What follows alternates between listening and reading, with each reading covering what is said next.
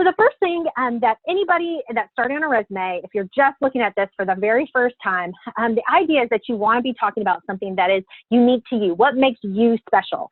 Congratulations on graduating. This is your countdown to graduation. You have done it, and it is such an accomplishment. And I want you to know, even though we may not be able to be together to celebrate with you, we are so proud of you and so excited at the journey that you've taken and the steps that it's taken you to graduate. And now you're on this next step of your journey, which is moving into that next phase, that next season. That could be a full-time job, that could be volunteering, that could be military service, maybe it's volunteer service, or even going on to graduate school. But the biggest thing for you to go on to that next step is to really know yourself and to know what do I have to offer an employer or a graduate school. And so a resume is really like a puzzle piece. Your resume is one side of the puzzle, but the job description, the company, the graduate school, that's the other side of the puzzle. And so you have to know, what are the skills that that company or that employer needs from me, and what are the ways that I've gained those knowledge, skills, and abilities that make me a good fit. And you have got to put those puzzle pieces together for the employer or the recruiter. And so here on this slide, you can see some of the examples of what are some of the things that I talk about on a resume. So if you've ever had an internship, maybe it's required for part of your major, maybe you had a summer job, something, and usually internships are industry related. So I did something that was really actually related to my major. And that's one of the best experiences that you can highlight. An internship in this day and age and in this job market, I cannot stress enough, an internship is going to be a game changer for you. So if you have had an internship, you have to highlight that front and center, that is the most related experience that you have. Now, maybe you weren't able to have an internship, or the internship didn't turn out the way that you wanted, but then you've got to maximize all of those summer jobs. What was the work experience, the knowledge, skills, and abilities that you had that made you the best fit for the job description? Maybe you didn't get any hands-on work experience, so your most relevant knowledge is the relevant coursework that you had. Maybe you did research papers. Maybe you did a project, a capstone project, a senior project that was really relevant to what you were doing. Maybe your practicum or your hours, your clinical hours. Those might be the most relevant thing. That's what you want to highlight first on a resume. And then if you don't have any of those things, you can always be a volunteer. So I always like to say, employers know that you can get skills whether you're working and getting paid for a job or whether you're volunteering. Here recently we had storms in our area, and so anytime you could go and reach out and be doing disaster relief, or maybe you could be doing donations. Now I know during this period of social distancing, it might be a little harder to do some volunteering, but there is always needs around you. So be looking at, what can I be doing right now, because volunteering is always something that you can add to your resume.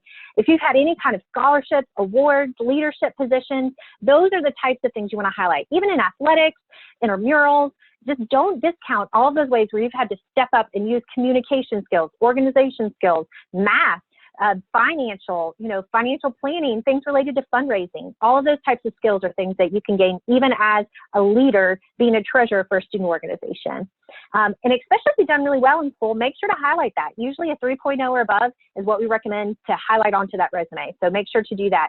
But really, again, the resume is the story of, I know myself, I know what I have to offer someone, I understand what I'm the most confident in and what I can know and what I can do. And so that's what you want to talk about. And even more so, you can see on this tip, you don't necessarily just want to talk about everything that you've learned.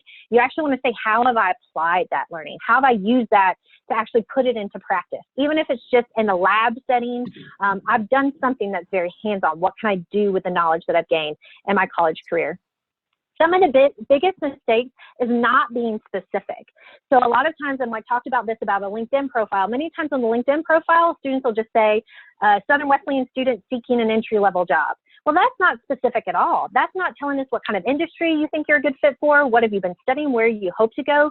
So as you can see here, talking about the type of aspirations that you have. So the aspiring marketing assistant or psychology grad with a consumer mindset. So talking about the skills and knowledge that you have, and a little bit forward, what are the goals that I have for myself, and how can I fit that in to that description of myself? So even at the very beginning, you want to think about, what type of industry am I going to be moving towards?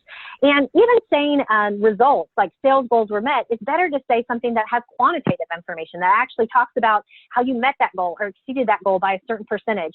Or if you presented to groups, presented to groups of up to 30. So you want to use quantitative numbers, always sound better on a resume.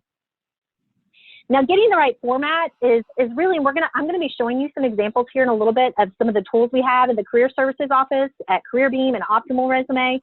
But really, the biggest thing is people read from top to bottom and from left to right. So you want to make sure that the way that you format your resume, the most important information is listed on the top side. So for example, and I'm showing you Optimal Resume here is going to be one of the best tools at Southern Wesleyan that you can use from the Career Services Office. And the way that you get to that, if you just go to, you can see our address up here, swu.edu/career services. And as you scroll down, there's going to be a link on the left for resources for students and alumni. And that's how you're going to get to all of our online tools. And I know, especially over the summer, it's going to be important to be able to do things online. And so SWU CareerLink, CareerBeam, Optimal Resume, and I've put some guides here for you, step-by-step guides, so that if you don't remember anything I say today, you can always come back to this page and read the guides. But I've got tons of cover letter samples and Optimal Resume samples. So when you click on that Visit Optimal Resume, that's going to take you to these resume samples. What I like about this website too is you can look at samples that are entry-level, mid-career, and experienced. And so let's say you're a business major and you want to look at some entry-level resume examples, then we're just kind of start with this financial analyst. And so as I mentioned, you want to start with that resume format so that your name obviously is bold and at the top, your education, usually for recent graduates, is close and up to the top. If your GPA is 3.0 or above, we normally recommend to have that on the resume. If it's lower than that, unless they specifically ask for that, then you may just want to highlight other things versus the GPA. And so some relevant coursework, you can see they highlighted that. So maybe they haven't had any finance experiences, but they took statistics or principles of finance. But here again, if you have an internship experience, that's always the best thing to highlight first. And it oversees, you're using some of those keywords like scanning. You can see some of the ways that they listed numbers here, designed and set up an email campaign for a list of 1,000 clients using financial planning workshops, about financial planning workshops. And so you're using those keywords that are going to stand out on a resume. But even if some of the jobs that you had were not related to finance, this is just a server, a waitress position, but you can talk about still numbers, that you developed excellent in-person customer service skills by serving guests at an 80-seat restaurant, or being positive and polite and responsive service to diners when they were placing orders, or having an award here, Employee of the Month. You can also see, and this is something that's really common, we have the United Way of Pickens County that looks for people to volunteer during tax season. So that could be something really related to that finance field. And that's just a volunteer tax preparer. So even your volunteer experience could be showing something that has knowledge, skills, and abilities that is related. And then you can also show leadership and things that you've done on campus to really highlight. But again, the format is that you're starting with the most important knowledge, skills, and abilities first. I'm going to go back to this guide. So the top half of your resume, again, that's what people are going to notice. So make sure that it's telling your story, that you have a good summary at the top. And as I am showing you, I'm going to kind of bounce back and forth to a lot of these different samples. One of the things under community and social service, so let's say your human services or your psychology, and again, I usually try to click on the entry level sample so you can kind of see things. We have experience all the way to like 20 years of experience samples. So if you're online students, that might be a good thing to come back and watch these, but let's just look at the social and human service assistant. So when I say a summary, this section right here, that is what I mean by a summary. That the first 5 to 10 seconds of a resume, they get an idea of the key skills that you have. They have an idea of the type of goals that you have, what's the aspiring job that you want. And then your areas of expertise might be knowledge, skills, or abilities that you can show evidence, I've done this. Whether it's volunteering, an internship, a part-time job, a summer job. So if you say I'm very detail-oriented, then you should be having a bullet below that supports what you say you have. So again, the format of that resume is you start with something that introduces who you are and what you have to offer, but then the bullets below are giving evidence, or giving facts, or giving an example, an accomplishment of how you've done something that you said you could do up in the summary. So it's just supporting and again, convincing that employer that I have the knowledge and the skills that you want me to. I think this resume too is a good example. These are all kind of tasks. Here's what I did on a daily basis, but this is an accomplishment. And sometimes you can even break out what are the key accomplishments. So you propose process changes that significantly improve the quality of group sessions. So that was a result. That wasn't just a daily task like I did group sessions. You actually did something that came up with a positive result. Okay, I'm going to go back to this guide here and highlight some other things that will make the resume stand on a machine. So if you're applying to lots of jobs and it's hundreds of thousands of other employees for that same job, so things like Career Builder or Monster.com or Indeed, I mean, things that there's a lot of applicants for these jobs, then it's going to be really important that you use keywords.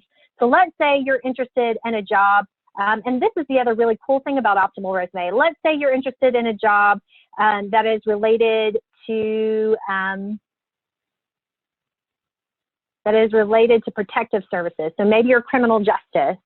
Then over here, you can see these are 5 tips of some ways that you can really focus on the keywords, the buzzwords for that organization. If you scroll down, these are some of the words that are going to be important to highlight in that resume. So no matter what the category is here on the left, you can see these key tips that kind of best in class for writing resumes for that particular organization. So make sure that not only are you having a good format, you're highlighting your knowledge, skills, and abilities, but you've done some research, you know the job description, so that you're actually using the keywords that are in the job description. And if you don't know, again, those keywords, Optimal Resume will help you get started. And this is just a side note. I think this is important for women too, because we see a lot of times that research shows that men are more likely to apply for jobs when they meet at least 50% of the requirements, but women are likely to apply only when they believe that they meet nearly all the requirements, 100%. And so I would encourage you, obviously, I don't think it's smart to apply to jobs of which you have no connection. I don't have any of the skills they require, I don't have any of the experience they require, but don't sell yourself short. If you're an entry-level candidate, to make sure to say, you know what, I haven't had work experience in this, but my volunteer experience has really trained me about this.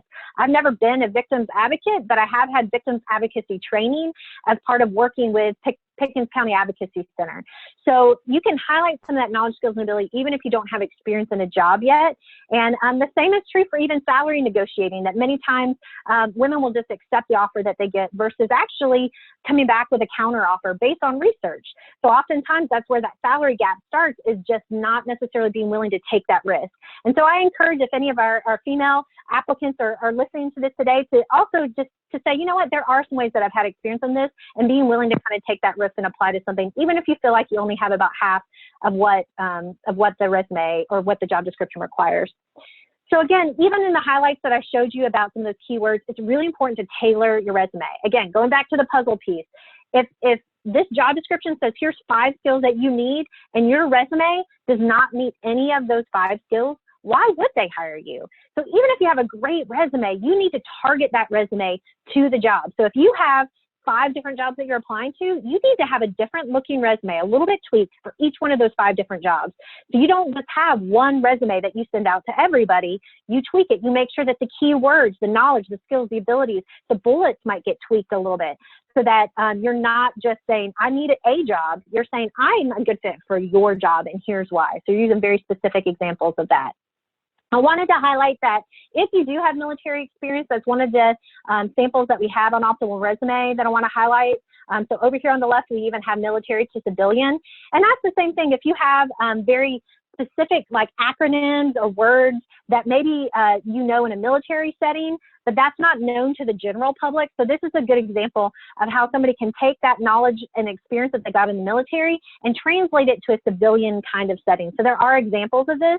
And this is also an example of kind of a functional resume, that your bullets are listed under key functions, not just your job. And a chronological resume is you're listing bullets under your chronological jobs. So with most recent jobs you had and you just list bullets under here, this is an example of a functional resume, because the bullets are listed under these key functions that you're able to do. So as you do a little bit more research on resumes, and as you look in Career Beam, which is a tool I'll show you, you can see some of the different samples of resume types. So just wanted to highlight there is some military examples as well. We're not going to talk about video resumes today, but the biggest thing I wanted to bottom line is to make sure once you get that format the way that you like, and I kind of have a love-hate relationship with templates. A lot of students use kind of those resume templates that are in Word or things like that. And I know sometimes it's good to get you started, but I would say in the long run, usually templates get you stuck. So it's good to get you on paper, but then when you want to change something or add something, you get stuck in that format. So I usually encourage students to start with a clean sheet of paper. Go to something like Optimal Resume. Find a sample that you like. If you're like, man, I really like this style, I like the way that they had this worded, well, that's great. Use that style, use that sample, but then you need to just copy and paste it and then start on a clean sheet of paper versus using a template if you can help it. And a lot of people use those word templates, and the other thing is they look all alike. It's kind of cookie cutter. So you do want your resume to look good. But then, you know, have parents and family members look at that, check it, double check it for errors in grammar or spelling, but then also have the career services office look at it, because if somebody doesn't have a background in HR and in resumes, there may be even some other steps that you want to consider. So that's one of the things I encourage you. If you email your resume to epate@swu.edu, I'll take a look at that. I'd be glad to help you kind of get some feedback to that. And then also SWU Career Link. Any resume that's uploaded to SWU Career Link, and again, going back to the Career Services website, if you need that step-by-step guide for SWU Career Link, I would look here, and that's how you can get your Career Link profile started and then uploading your resume for that. Okay, go back to this guide, and just finally, that final step is make sure once you submitted your resume to not give up. I have a lot of students say, okay, I submitted my resume and I didn't hear anything. Usually, you know, if they say, we're going to get back with you by this date, wait until that date, okay? You don't need to call a week ahead of time and be like, did you get my resume? Are you sure you got it? But if it's past that due date, maybe a week or so after that due date, it's perfectly fine to email the recruiter, whoever your contact is, and just say, you know, I was so excited to apply to this job. I just wanted to check on the status of my resume and make sure there's not any information that you might still need from me. So it's always important to be persistent, don't give up. But I also encourage students, when it comes to submitting your resume, treat it like you're fishing. Now, I know I'm not very much of a fisher person, but if you have ever gone fishing, instead of thinking of fishing with a rod, think about fishing with a net. And so I encourage you, and we talked about LinkedIn last week, and I encourage you to go to swu.edu/career services and check out our Instagram and our Facebook page, because we're posting lots of videos about that countdown to graduation. But if you don't have a profile yet, I would encourage you to get that LinkedIn profile, because then you can find people that you could post jobs in LinkedIn, people that alumni that work at different companies, and you could be submitting resumes to them or doing job shadows. So that's a good way. But I would say on LinkedIn, you could research 5 different companies that you want to submit a resume to, and you want to cast that net wide. You want to say, okay, I'm going to apply to all the nonprofit organizations in the cities I want to work with. Or maybe I want to try another city, and I'm going to apply to 5 different companies like that in another city. But you don't just apply to one job and then wait. That's not the job search process. You want to keep casting, because you might submit a resume 10 times and not hear back from anybody. Or you might submit a resume 10 times and hear back from one person. So again, follow up, start practicing for that interview, but you've got to keep casting. You can't wait until you hear from someone to submit that resume again. So once you've got that resume created, you've got it critiqued by somebody at the Career Services office or another person that you really trust, then you've got to start submitting it. So you've got to every day be looking for a new group of jobs or a new group of people that maybe you meet on LinkedIn that you can start connecting to, ask for advice about your resume. So that resume starts to get out in your network of people that can help you get connected to a job. The last thing I wanted to show you today is how to use CareerBeam. So Optimal Resume is a great tool. From the Career Services website, you can get to CareerBeam here as well to log in. You can see our guide here for CareerBeam. But CareerBeam is another tool that you can use to get your resume started. So you do have to create that free account, and there's some assessments on CareerBeam. So let's say I don't even know the knowledge, skills, and abilities I want to highlight on the resume. Well, then I would encourage you to start with CareerBeam first, because you can take the skills verification exercise to kind of get what are the top 3 to 5 skills that I want to highlight about myself. And then they actually have a builder in CareerBeam that can help get you on paper. So really quickly, once you've registered, and it's really easy to just register for free as a student or alumni, once you get logged in, under this Career Exploration tab in CareerBeam, you can go down and take the Skills and Talents assessment, and it's really quick. All of our assessments usually take about 5 to 10 minutes. So you click the Skills Verification tool, and it's just a list of skills. And so you will basically click something, okay, I think I'm good at budgeting, or I think I'm good at arranging or advising things or using computers. And if you say that you have that skill, if you highlight it, it'll get you down to your top 5, then you need to be ready to tell a story about it. And I like to call them STAR stories. What's the situation, task, action, and result that you have done that? So let's say I'm good at communicating. Well, what's the situation where you've had to communicate? Even as a student leader, maybe I was an officer with SGA. So when did you have to communicate? And what setting? I had to communicate with groups of up to 50 people at ceremonies as the SGA vice president. And so then what was the task or the goal? I needed to communicate our vision as an SGA team, and I also needed to get students on board to start coming to events and things that we were hosting. So A would be the action. It might be I wrote speeches ahead of time, I practiced them, and I got really used and more comfortable to talking in front of groups of people. And then R, the results, out of the STAR, the STAR method, is saying, okay, here's an actual number, here's a quantitative. So I spoke to up to 50 groups this year, ranging from 10 to 500. If you ever made an announcement at chapel or anything like that. So that's something that's a good STAR story that highlights the fact that you have communication skills. But the first step is to say, okay, what skills do I have? So in the email that I'll be sending out in follow-up to this workshop, you can also get some really good tips on how do I do a STAR story. Also, I'd encourage you, once you decide what those skills are you want to highlight, under a section in CareerBeam, under resumes, this is where you're going to find the career builder. And so you can do a custom resume builder here and even select a type of resume. So like I want an education resume or just a chronological resume or something related to advertising, and create that resume. And these sections will automatically populate for you. And then you can kind of just fill in this template and add the different sections that you want. And then you would download that resume to Word. So if you're like, I don't have anything to get started with, I really need like a wizard or a guide to help me get started, use CareerBeam. That's what we're here for. Also use Optimal Resume. This is really one of my favorites because, again, you can target those resume samples to a category, the type of industry that you're interested in, as well as that entry level. And don't forget that these tips over here help give you the keywords and things that are kind of unique to that specific industry. So I really do encourage you guys to take advantage of everything that the Career Services Office has to offer. We are here for you. And so just know as we count down to graduation that you don't have to do this alone. We are here for you at Southern Wesleyan, both in the TRIO office as well as for the Career Services Office. And we really want you to know that we are here for you. We want you to succeed. And so on this next step, as you count down to graduation, don't forget that there are tools and resources to help you get that resume ready so that you are putting your very best foot forward as you are now a graduate of Southern Wesleyan University.